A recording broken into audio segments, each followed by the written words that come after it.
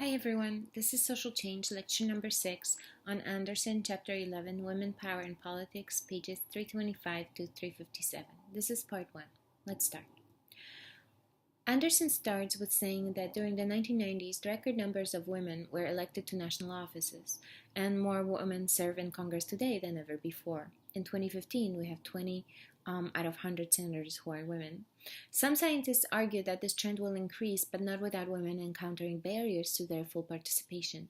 And even today, in 21st century, in the US, women remain vastly outnumbered by men in government and in other institutions that comprise the political system. And even though women reach ever higher ground, stereotypes and all attitudes remain, and women who become powerful are often ridiculed. Think of Hillary Clinton and Sarah Palin jokes from the last election. Even the post of the First Lady seems problematic and some argue sexist, because for years women in that position reinforced traditional gender roles such as volunteering and helping others. But it did change with Hillary Clinton, who took on the nation's health reform agenda, for which she was later ridiculed, called names, and removed from the post. She later had her image softened, but we'll see what will happen now. Now, of course, we have a very active First Lady in Michelle Obama. Even though the world of politics is changing, it is still a man's game to some extent, and women may still not be expected to exercise full power. So how do we describe women's political behavior? Traditional way of looking at political behavior, such as voting or being in an office, often neglects to look at how women are political, and feminists try to redefine what political means to include otherwise invisible activities in women's lives, how women can be and are political in their daily lives. Feminists also show how gender influences political behavior, attitudes, and political institutions. So let's define what power is. It's the ability to influence others, or in other words, make your interest count even if resistance occurs. But power comes in many forms. Individuals can have power, groups, institutions. It can be seen as persuasion, charisma, or law. And power in society comes as a result of social processes and social relationships, and its meaning cannot be understood without reference to its social context, which in other words means that power is socially constructed. So let's talk about gender and power. Let's talk about patriarchy, men's power. Patriarchy can be defined as male dominance in society, or organized social structure where men as a group hold more power than women or any other group in society. Patriarchal societies give men power and authority over women, and authority is legitimate power. And this can be institutional or individual. Patriarchy, though, is not biological. In an institutional sense, it means that social institutions have been organized over time to give men more advantage than women. And to illustrate this concept, Andersen discusses an example of marital violence. However, it's also important to note that power is not all one-sided. It doesn't only come from institutions. People can organize, mobilize, and challenge existing power relationships in society. This is the domain of social movements and other forms of political action that challenge the status quo. We talked about the women's movement and the civil rights movement. And although as a group, whites still hold more power than do people of color, men hold more power than women, these political movements have changed the power base of race and gender in the US. So let's talk a little bit about women in the state. State can be defined as organized system of power and authority in society, the institution that embodies the official power system. It refers to all the institutions that represent official power and authority in society. State regulates many societal functions, from whom we can marry to what we do with our trash. Many feminists, when discussing the state, start with the premise that analysis of gender is critical to understanding state. Feminists argue that state is a gendered institution, meaning an institution that embeds within it the characteristics associated with a particular gender. And feminists argue that state embodies masculine characteristics of presumed rationality, detachment, power, forcefulness, and impersonality. Although state operates on the presumption that it is gender neutral, in fact it is not. Because state represents imposition of power and authority in society, feminists characterize it as a source of oppression, meaning that it represents men's interest more than women's, and it becomes an imposing force in women's lives. What do you think? If you think about it, a state also regulates our childcare, healthcare, and other things. State is also the source of laws that govern many of our lives, from reproductive rights to our right to work and rights for equal protection. It's also important to distinguish between power and authority. Power is the ability to influence others, or like we said, making your interest count even if resistance occurs. Authority, however, is legitimate power, power perceived by others as legitimate and structured into specific social institutions. The distinction is crucial because authority comes not just because a person or group exercise power, but also because constituents believe that their power is legitimate and because there are institutional supports in place that make this authority legitimate. One of the further consequences of patriarchy is the tendency to see men and men's activities as more authoritative in the areas deemed to be most important. Andersen discusses how the state operates, and she provides two models. One is pluralism, that sees the state as representing the plural interests of different groups in society. Basically, the state tries to balance different interest groups in society, and in this model, the state is said to represent diverse interests of different groups. And these groups mobilize to achieve political results and use their influence to achieve political ends.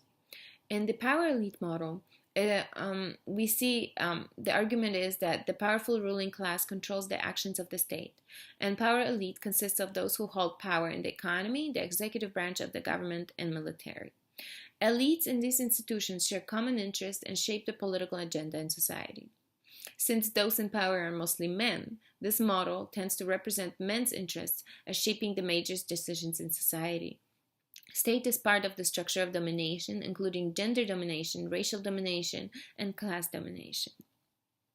Feminists add that the state essentially reflects men's interests, not only because men are those who are more likely to be in power, but also because men control most of the major interest groups that influence the working of the state. Therefore, state is patriarchal, representing power of men over women. And as a famous feminist once said, the state is male. Furthermore, the ironic thing is that although the state is often seen as oppressive to women, and that's according to feminists, it is also the institution that women are supposed to turn to for help. And state did address rights of women and minorities by institution of law and legislation. However, we have to keep in mind that all those changes had to be fought for. So let's talk a little bit about women and the law. Law is defined as the written system through which state authority is defined. So the study of law is extremely significant in feminist analysis because, like state, law is both a source of oppression of women and the avenues of help for women. Since the 1960s, women's position in terms of the law has changed dramatically. Historically, women were not even seen as full citizens, but of course that has changed. When laws are being written, they provide some basis for the equal treatment of men and women before the law, but how law is interpreted and implemented varies.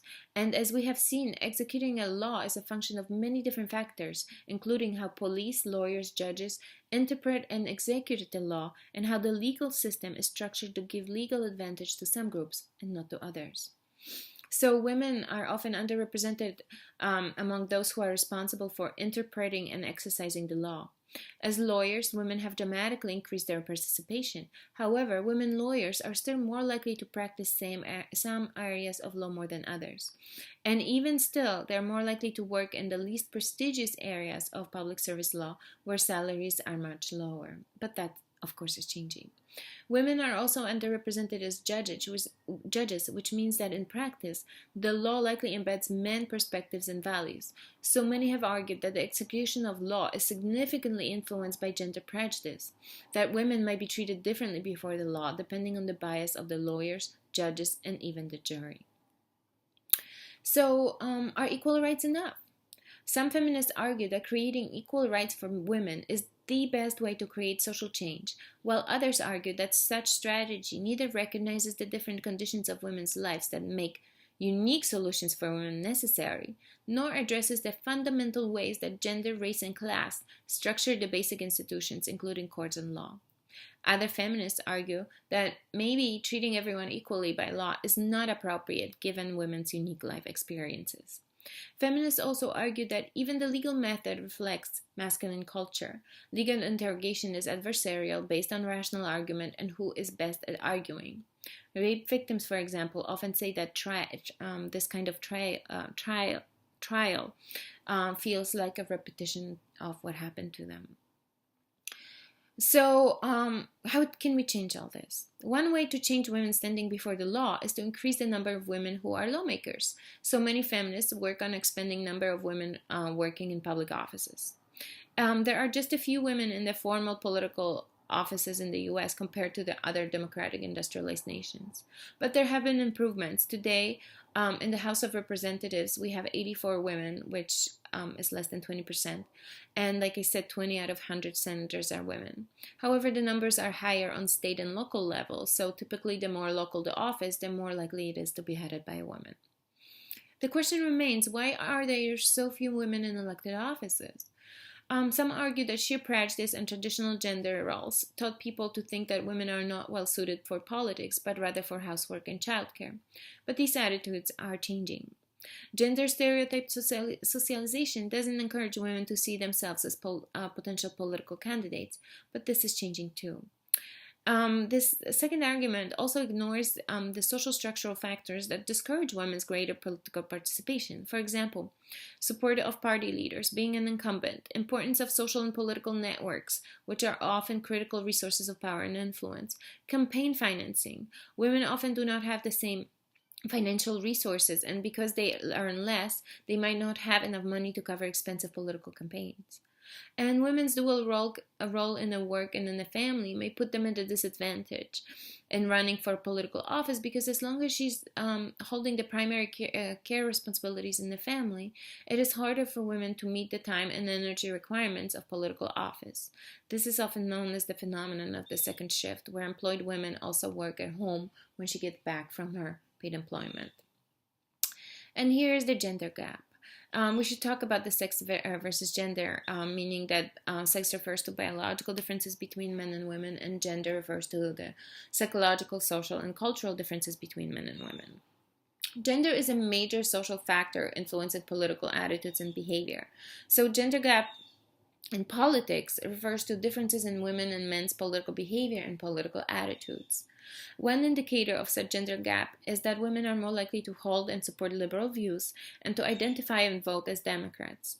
This gap is also wide on issues involving violence and use of force, where women are more likely to be peace-seeking and to support gun control. It's also visible on compassion issues and issues such as abortion, gay and lesbian rights, women's rights. And this gender gap is also present in other nations, not only in the US. So do women make a difference? Research indicates that women politicians tend to be most active in areas traditionally associated with women, including education, healthcare, and welfare. But that is changing as well. Women politicians also tend to make women's issues a priority. And some argue, as far to say that women might have different moral values than men and make value judgments by different sets of criteria.